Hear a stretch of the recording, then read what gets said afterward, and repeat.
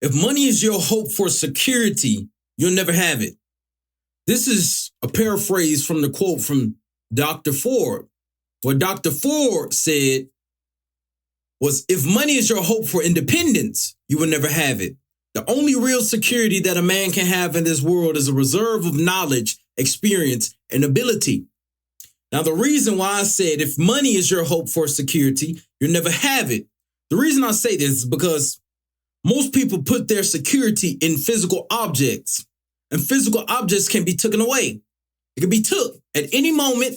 Physical objects that you have can be took at any second. So therefore, there is no real security. If I can come along and you think you own something, and I come along, you think you own something with a piece of paper or something that the bank or something, let's say you don't even pay your taxes on it. You don't pay your taxes on your house. Guess what? The bank come and take the house from you. It's not yours. So that mental thing that you had attached to that physical object can be took. Money, cars, clothes, all of it can be took. Right? So this is why the first point I really want to make is internal security. That cannot be took. Now, I understand why here before he said knowledge, experience, and ability, because those things can't be took. Knowledge is invisible. You can't touch knowledge. You can't touch experience. You can't touch ability, right? Like a physical object. These things are mental. These things are mental products. So mental products or invisible products, things that life can't touch.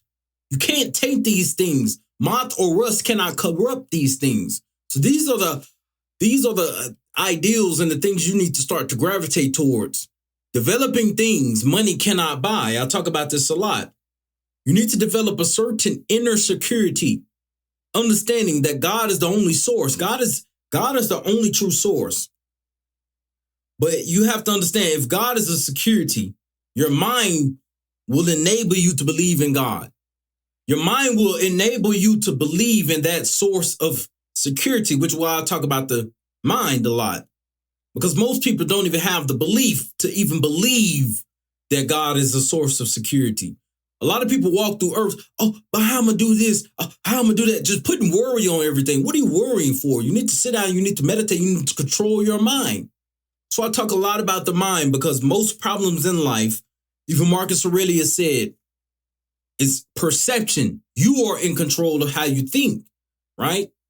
That's why I say there is objective truth, and everybody knows that there's an objective truth, right? Let's say objective truth is something bad that just happened. Something bad just happened in your life, right? That's objective truth.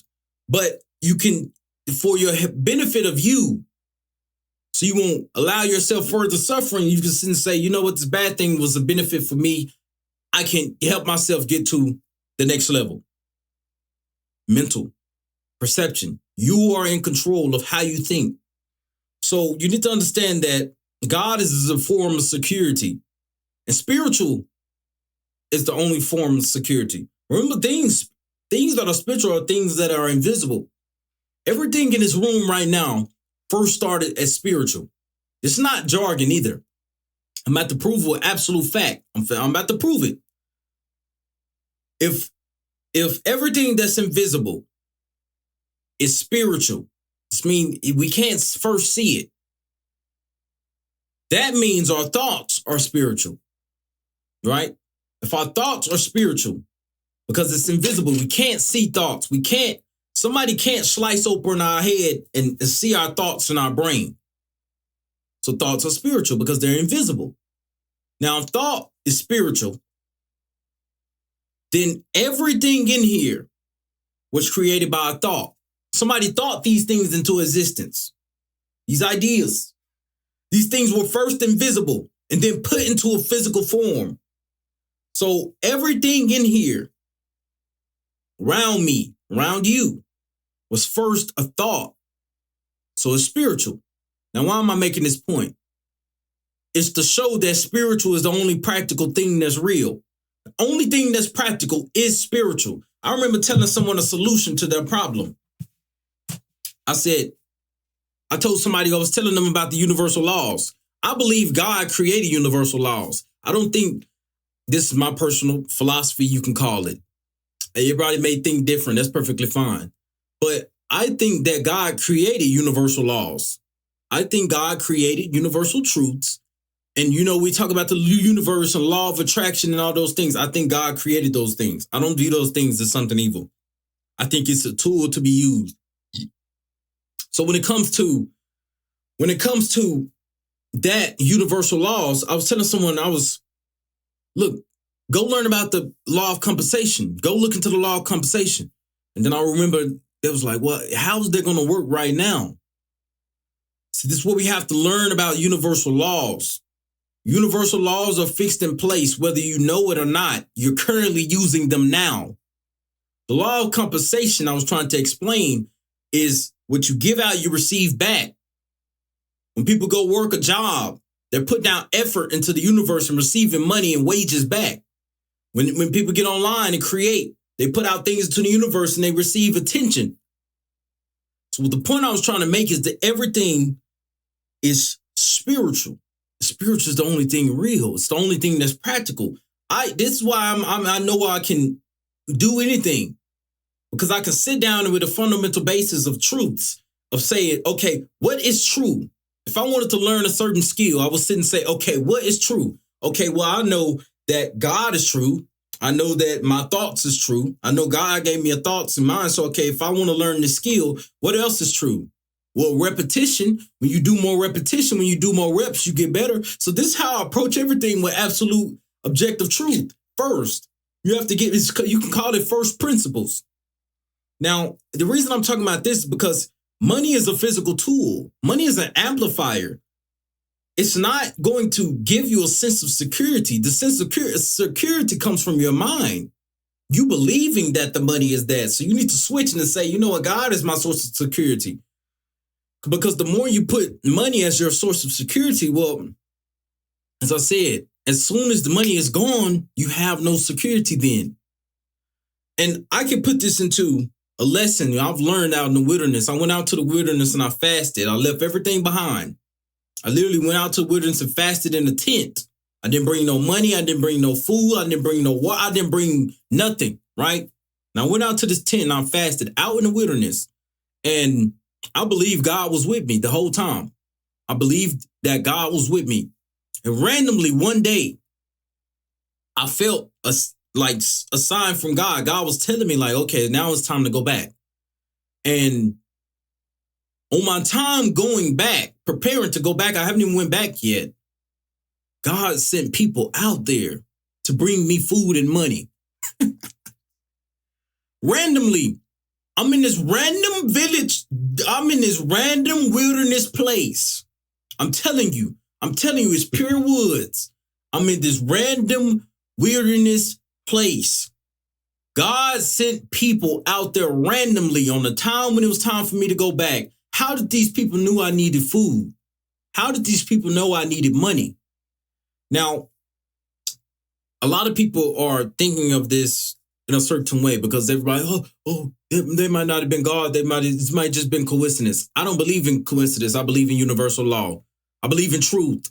I believe in truth. So the reason I pointed that out, the reason I taught that lesson, it showed me that internal security. It showed me that I can be anywhere without money, without finances, God, or whatever I had inside of me that God placed inside of me. I knew I was going to be able to use it wherever I was. Now, I'm not trying to be a preacher. I'm telling you, I'm not. I'm just pointing it out. I'm not trying to be a preacher. I'm just simply making a point.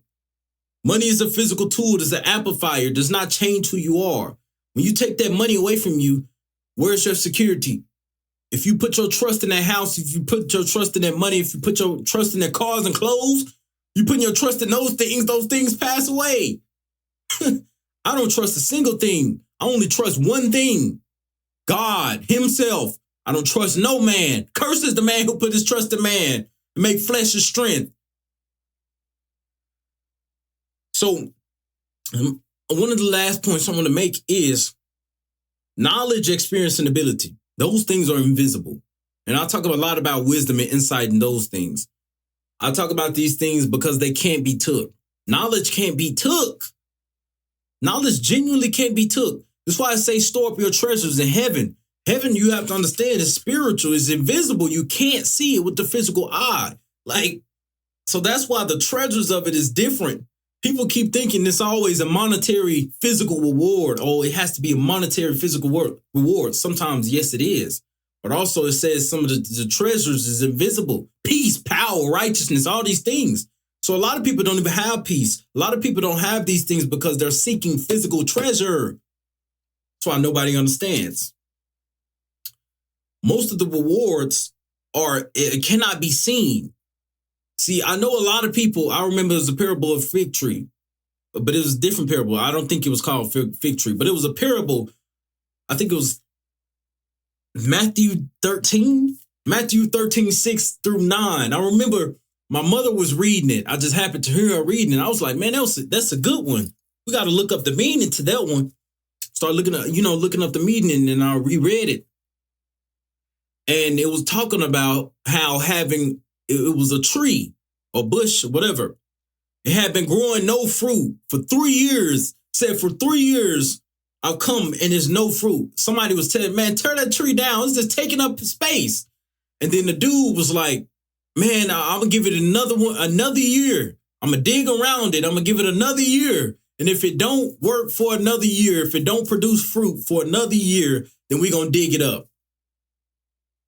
Let he who has ears, if you understand, I want you to know what do you take from that? Everybody have a different interpretation. Obviously, there's a objective interpretation, right? But I want to know your subjective interpretation. What do you think it means? I want to let you let me know in the comments, anybody. But it was very, very good because with these parables, you can apply these things in your life. A lot of you are going through a period like that. I can pull out a lesson from it right now. A lot of you going through a period of 3 years of work, you haven't seen anything. You haven't seen anything, and people coming to you and saying, man, where your fruit at? That's why I said it's invisible. Growth is invisible. You're receiving fruits nobody can see. The fruits that nobody can see.